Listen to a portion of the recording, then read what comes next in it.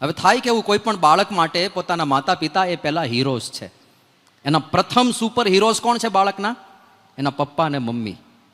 અને એટલા માટે તમે જો સ્કૂલમાં પણ ઘણીવાર બે વિદ્યાર્થીઓ લડી પડતા કે તે મારા પપ્પાને આવું કીધું, તારો પપ્પો આવો, પેલો કે ના તારો પપ્પો આવો.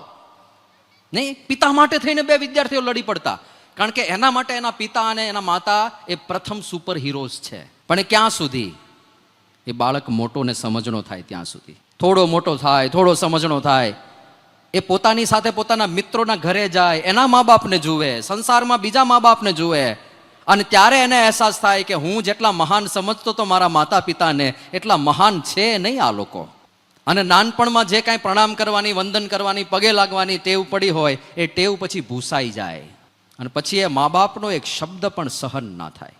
એ મા બાપની ઘણીવાર સામે પડાય, એ મા બાપના ઘણીવાર અપમાન થાય, એ મા બાપને ઘણીવાર રઝળતા મૂકી દેવાય, ત્યાં સુધીની ઘટનાઓ બને છે.